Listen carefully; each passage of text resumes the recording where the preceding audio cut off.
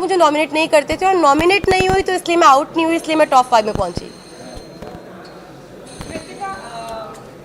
Press conference के बाद आप बहुत लो हो गई थी, क्योंकि हमने देखा आप जिस तरीके से बाथरूम में रो रही थी जी। और आप कहीं ना कहीं डीमोटिवेट आप भी हो गई थी और अरमान जी भी हो गए थे, क्योंकि उन्होंने कहा कि मैं नहीं चाहता कि मैं विनर बनूं और तू मुझे नॉमिनेट कर देना।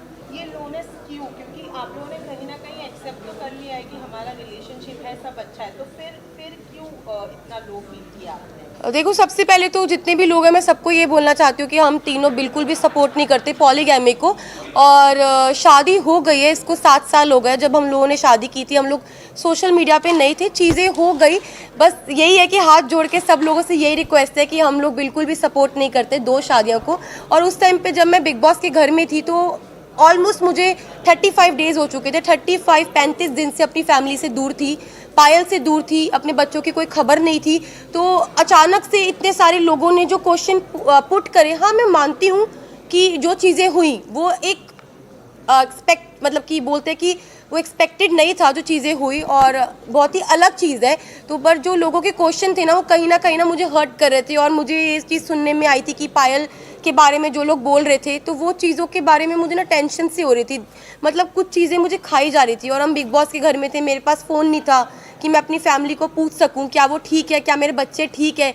तो बस एक होता है ना कि आप 35 दिन से भरे हुए थे, और वो उस दिन जो बातें हुई उस बातों से मुझे तोड़ दिया और मैं इमोशनली ब्रेकडाउन हो गई थी। पर फिर जब मैं रोई और मैंने अपनी जो दिल की बात थी अरमान जी से शेयर करी, फिर मैं थोड़ी सी, मेरा जो दिल है वो हल्का हुआ। आप लोगों ने प्रेस कॉन्फ्रेंस के बाद मीडिया को पूरा दोषी करारा, आपने और अरमान जी ने और रणवीर जी ने, कि मीडिया ने आकर ये बोला, क्योंकि मीडिया के पास कोई मुद्दा नहीं था। बाहर बैठे बैठे अगर पायल कॉन्ट्रोवर्सी क्रिएट कर रही है खुद ही कि वो डिवोर्स ले लेगी, नहीं करेगी, ऐसा वैसा, आप लोगों का ये ड्रामा क्यों, आप लोगों ने ब्लेम ऐसे क्यों किया कि मीडिया की ही गलती है, मीडिया ने ये किया, पायल ने ऐसा नहीं बोला होगा? क्या ये बात हेडलाइन बनाने के लिए पायल कर रही थी सब कुछ? तो देखो, अभी तक मेरे को फ़ोन नहीं मिला है, मैं डायरेक्ट घर से आई हूँ। अभी तक मैंने फ़ोन यूज़ नहीं करा। जिस टाइम मैं घर पे थी तो मुझे जो चीज़ पता चली, क्योंकि देखो मैंने घर में ये चीज़ सुनी नहीं थी, ना मैंने देखी, ना अपनी आंखों से देखी, ना अपने कानों से सुनी कि पायल क्या बोल रही है। तो मेरे को एक कहीं ना कहीं अरमान जी को, रणबीर जी, सबको ये लग रहा था कि हो सकता है कि कोई मेरे को फॉल्स स्टेटमेंट दी हो या कोई बात को घुमाया गया हो। क्योंकि जब तक इंसान अपनी आंखों से नहीं देखता, अपने कानों से नहीं सुनता, वो विश्वास नहीं कर सकता। लेकिन अरमान जी ने पूरे सीजन में एक दूसरे की सुनते हुए लोगों के ऊपर तहमतें भी लगाई और उन्होंने बराबर से जवाब भी दिया। वो आपको नहीं लगता है कि वो सही है? अगर लवकेश के बारे में कोई आकर बोल रहा है कि वो चेकआउट कर रहा है, तो वो बराबर से उनको ऐसा लग रहा है कि हाँ वो सच बोल रहा है। लेकिन जब हम आकर, कोई मीडिया आकर आपको बोल रही है, तो वो आपको गलत लग रहा है। वही मुनव्वर ने भी आपकी सेम बात बोली, डिवोर्स वाली बात, तब भी आपको नहीं यकीन हुआ? नहीं, मुझे यकीन नहीं हुआ। क्योंकि देखो, ये जो बात है ना, बहुत ज़्यादा, आप समझो मैं घर के अंदर हूँ, 40 दिन से घर में अंदर हूँ, अचानक से कोई ये बात बोलता है, पायल डाइवोर्स वाली बात जो बोल रही है, ये कितनी शॉकिंग बात थी कि इसकी वजह से मैं पूरे 2 दिन इतना ब्रेक डाउन रही हूँ, इतना इमोशनली, मतलब हर चीज़ से मैं जूझ रही थी उस घर के अंदर। तो मुझे कहीं ना कहीं लग रहा था कि मैं अपने दिल को ये चीज़ समझा रही थी कि क्या पता ये बात सच हो, क्या पता ना हो। क्योंकि मेरे को यही था, मैं बाहर जाऊँ और मैं पायल से डायरेक्ट बात करूँ। जब मैं घर से बाहर निकली टॉप 5 में, जब मैं इस रेस से बाहर निकली, मैं बाहर निकलते ही स्टेज पे पायल थी और मैंने उससे पूछा तू ठीक है ना? उसने बोला हाँ मैं ठीक हूँ। बाकी बात की। अभी तक मैंने फ़ोन्स अपने नहीं देखे, कुछ नहीं देखा। Please 1 by 1 please.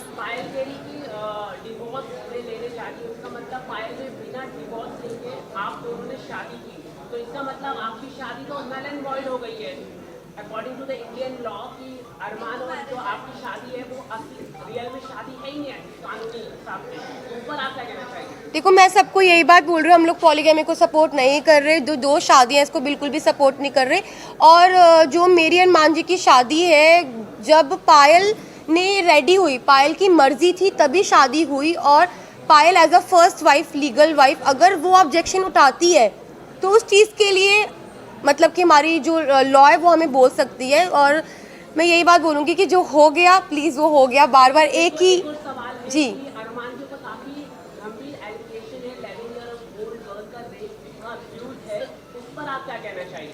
मैं इस पर्सनल चीज़ के बारे में कुछ नहीं बोलना चाहती। I am not suppose to मालूम था I am not suppose to say Annie ने कराया तो I am not supposed, just a second, I am not supposed to say anything। और भाई मुझे अपनी न्यायपालिका पे पूरा भरोसा है, जो भी वो फैसला उन्होंने किया है वो बिल्कुल ठीक किया होगा। Thank you. Last question guys, please last question. जिस एक्सपेक्टेशंस और उम्मीदों के साथ आप बिग बॉस हाउस में तीनों आए थे, बट अब सिचुएशन और ज़्यादा अलग हो चुकी है। आप तीनों के रिलेशन के बारे में भी सवाल उठ रहे हैं और पायल के स्टेटमेंट की वजह से बहुत सारा क्रॉस हो गया है। आपने अब 2 दिनों में जो सिचुएशन फेस किया उसके बाद अब मेंटली प्रिपेयर है, क्योंकि फैमिली से बात होगी, पायल से बात होगी, और आपको अपने जो ब्लॉग्स चैनल के जरिए आपके फैंस आपके साथ कनेक्टेड है, आपको उनको भी बुलाना। जी मैं बिल्कुल प्रिपेयर हूँ हर चीज़ के लिए। हम तीनों ने जो हमारा रिश्ता है वो आप लोगों को सभी को पता है, और मुझे पता है कि वो इतनी इजीली नहीं टूटेगा। अब मैं बाहर आ गई हूँ, जो भी चीज़ें हैं, जैसी भी चीज़ें, सारी चीज़ें इकट्ठी बैठ के फेस करेंगे। Thank you, thank you, thank you.